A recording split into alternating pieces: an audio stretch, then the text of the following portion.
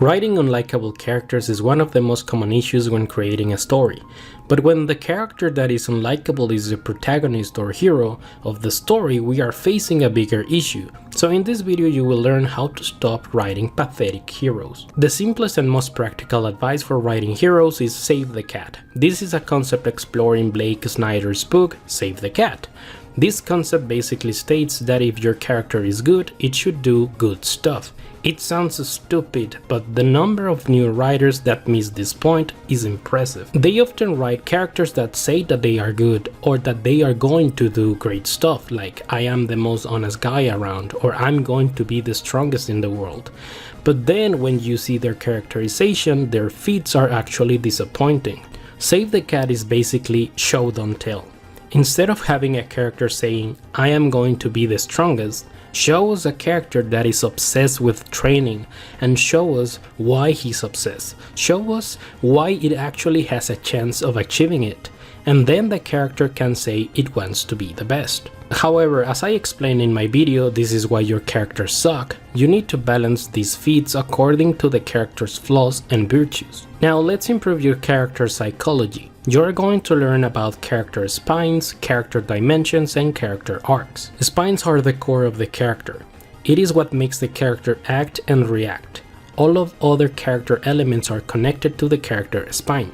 Even the theme and plots of the story should be connected in some shape or form to the character's spine. First example, Yotaro Kuyo. This character loves his family. He might be rude, but he was willing to travel to Egypt and risk his life for his mother. He was an edgy teenager, so even though his personality wasn't expressing that love for his family, his actions were. He fought a vampire that was able to stop time for his family and friends. He even stopped time for that same cause. But not only the accomplishments of the character are linked to the spine, Yotaro also lost to someone because he loved his daughter so much. Both strengths and weaknesses of the character came from the character's spine. Second example, Walter White from Breaking Bad. What the character most desired was to be in control.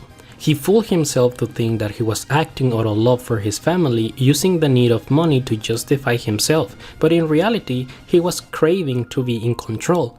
That's why when he was working with Gustavo Fring, even though he had money and some level of stability, he blew everything to be in control.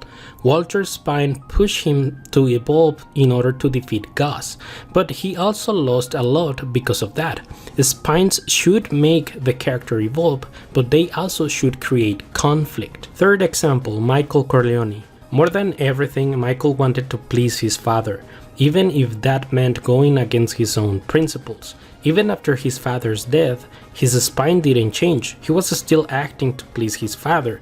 That is why the character spine is the core of the character, because it's the strongest driving force of the character. Another example is Monkey D. Luffy. His spine is freedom, but that is also One Piece theme.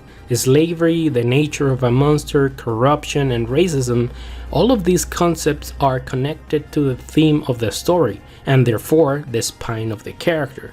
The spine and the theme should work together to tell the same story. There are three different dimensions you can explore in a character: the internal, the personal, and the external. Different authors call these dimensions by different names, but they all work the same. The internal is how the character interacts with itself, its values, thoughts, beliefs, and insecurities. The personal dimension is how the character interacts with others, what are the character's relationships and how important they are. And lastly, the external dimension is how the character interacts with the external world and its elements. Not all characters should be three-dimensional. Depending on the nature of your story, you should decide what dimensions to develop and how much you want to develop them, because exploring a dimension of one of your characters takes time. Here's an example, Aang from Avatar: The Last Airbender. We know he's a happy, outgoing little dude with some insecurities and fears. We know that he loves his friends, he's in love with Katara, and he loves Monk Yatso. We also know that as the Avatar, he is destined to stop the war and bring balance to the world. So we can conclude that this is a solid three-dimensional character. One of the most important elements of a hero is its character arc. There are different types of arcs: the negative arc, the flat arc, This one can be either negative or positive, and lastly, the positive arc.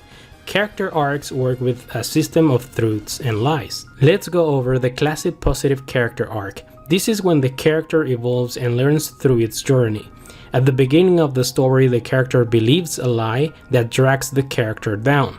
During the second act of the story, the character is faced with a truth and struggles to balance its beliefs.